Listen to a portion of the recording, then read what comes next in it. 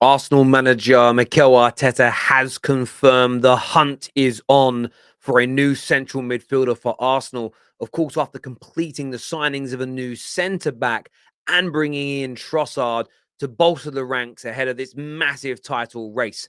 We're also going to be delving into some rumours surrounding Bukayo Saka's new deal. A warning sent out, some concerns supposedly for Arsenal at Real Madrid start to circle for Bukayo Saka. We're going to delve into that in more detail and take another look at the Caicedo deal. Brighton are interested in bringing in Haidara. Chelsea have made a £55 million bid for Caicedo, but according to Jacob Steinbeck, an offer of £75 million could be enough, not the 100 million public offer that was expected. The public statement of 100 million. And Manchester United are not done yet in this window either, as United are reportedly looking to add another forward to their ranks this January. Do me a favor and smash the like and the share button. Subscribe to the Football Terrace. Let's do this.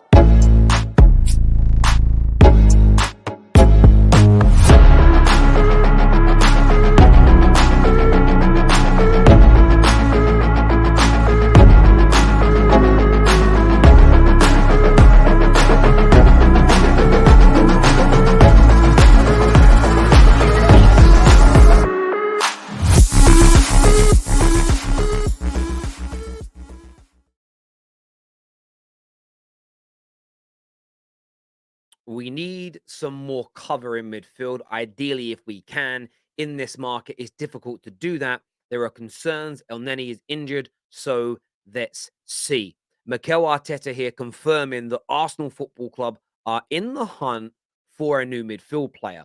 And that player could come in this January if a deal can be done. Now, why this is very, very interesting is because there are midfielders available now. There are midfielders available. You can put Declan Rice aside, and we'll come back to him in a moment. But there are midfielders out there. We know that Caicedo is available. Brighton may say we're not going to negotiate. They may say publicly we will 100 million. But he is available for what many journalists believe to be around 75 million pounds. Now that's very interesting. It's a huge, huge outlay. But Moises Caicedo is legit. He is the truth. He's a genuine top class midfield player. I don't think you can get yourselves away from that. He is mustard. He is absolutely mustard. Now, we know that Chelsea are looking at him. And you can see here from Jacob Steinbeck that Brighton have got an interest in replacement here in Hadara. Comes as they begin to look for a potential replacements. And the fact that Brighton are looking at potential replacements tells you that they know he may leave. Chelsea have had a £55 million bid rejected and are likely to need to offer at least 75 million to tempt Brighton into a sale. But could Arsenal also do this? The potential is there. Now, right now, most Arsenal journalists will tell you no, that isn't what the club are going to do. There isn't the money for that.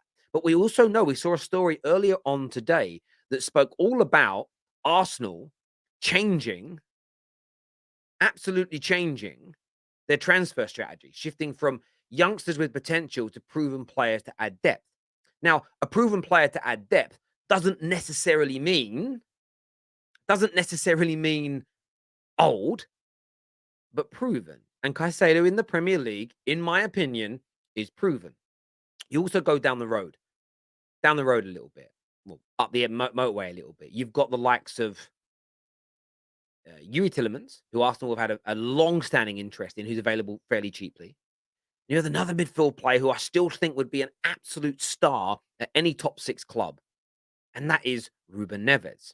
And I am looking here at Premier League proven, and some of you may have your own ideas on what midfielders Arsenal could bring in. And I want to hear from you this January to bolster the midfield. Who could Arsenal go for? Who could Arsenal go out of their way to sign and bring in? I want to know from you now. Now, what also took my tickled my fancy today was this story that I saw that Bukayo Saka's contract issue will concern Arsenal amid Real Madrid warning. It said Saka here is excelling at Arsenal, and but his contract situation remains a concern with the forward yet to pen a new deal after months of discussions in North London. Now, I really wanted to get Arsenal fans' perspective on this. Do any of you actually feel concerned? I don't think any Arsenal fan should feel concerned. They have extended the contract by a further year, so it doesn't end in 2023. It ends in 2024. That was published months back that Arsenal have triggered the contract extension as talks continue. So they've got a long, long time to get this resolved. I understand the law of a Real Madrid, but I don't think Bukayo Saka is going to or will. He's going nowhere. Saka's going nowhere. 110%. Saka's going nowhere. Nowhere. He is going to sign a new deal. That new deal, in my opinion, is going to be 200 to 250,000 pound a week base. And if you're a Gooner, you've got to be really happy and proud of this, because I believe the reasons why the Fabregases and the Vieiras and everybody else from that era left was the lack of ambition at the club, and some of that comes to the moolah, the finances. If you're not willing to pay the best left back, the best wingers, the best strikers, the best midfielders, the going rate for their position in the global market, they will eventually leave. They will. And when one goes, two goes, three go, four go, everybody leaves. So if you're a Gooner right now and you're seeing this 200, 250 being put down, you know the culture at your club is good. You're out there looking for midfielders. You just brought Trossard in January. You're top of the league.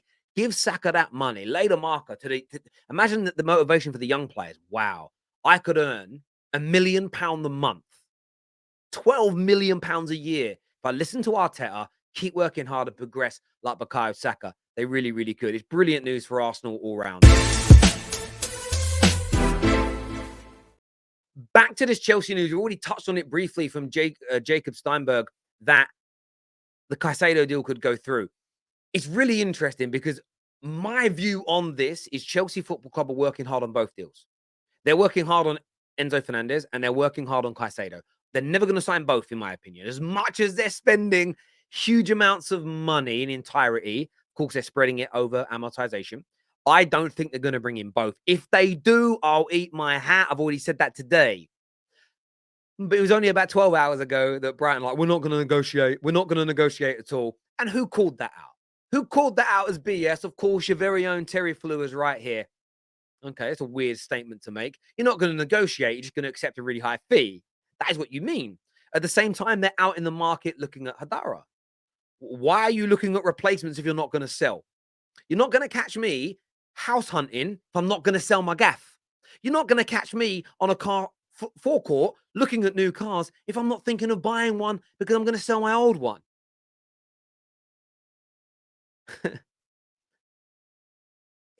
Caicedo's up for sale at the right price, like every single player in the world.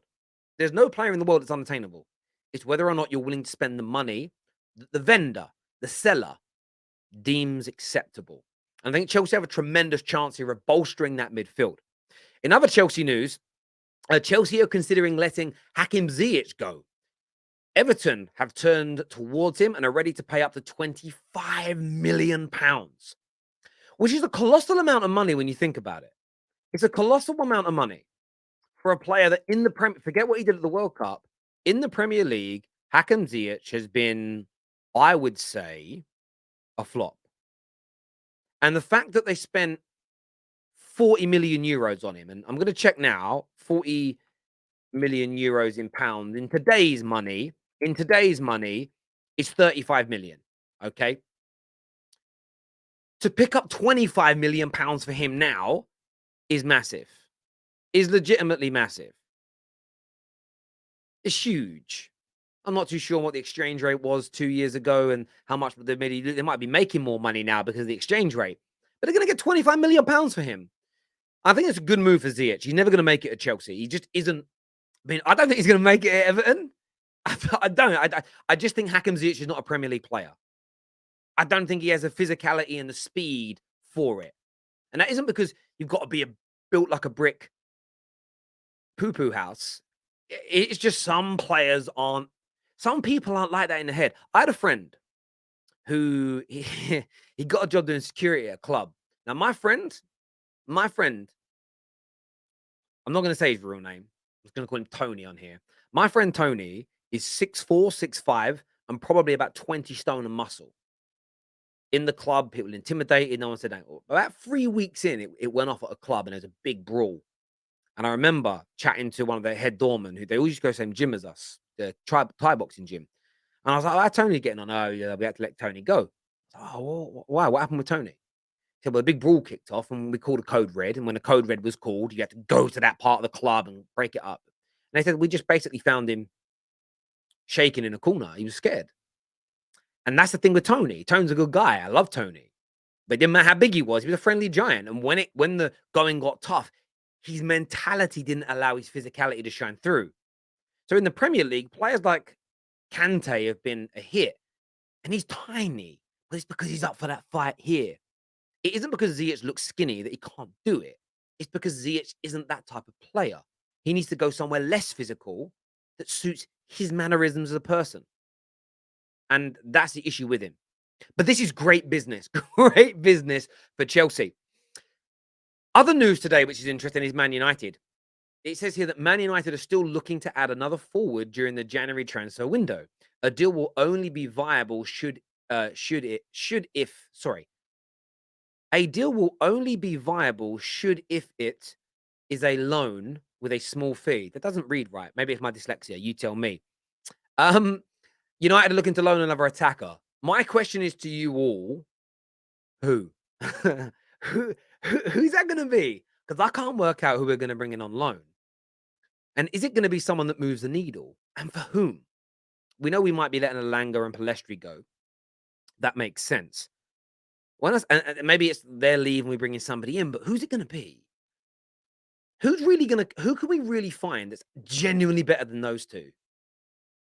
I'm at a blank on this one.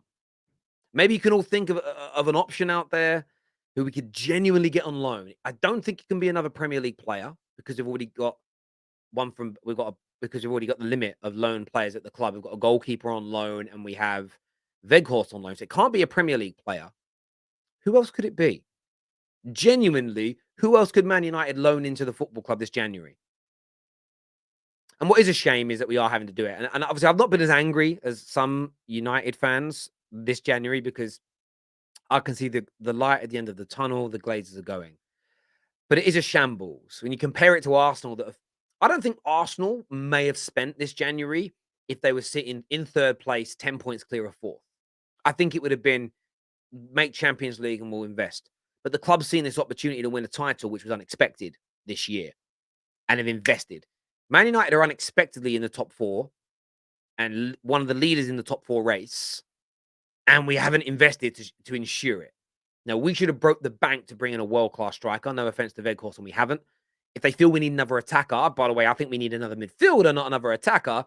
And that's what we should be doing. We should be going out and buying Ruben Neves. We should be doing what Arsenal are doing right now and seeking out another midfielder, but we're not.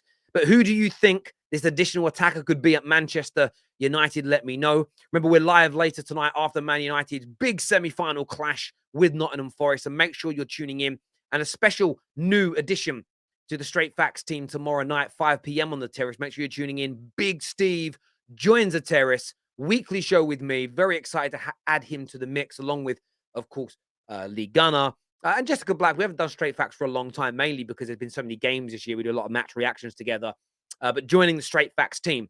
Listen, until next time, take care. Goodbye. God bless. Smash like buttons. And I'll see you all again soon. Bye-bye.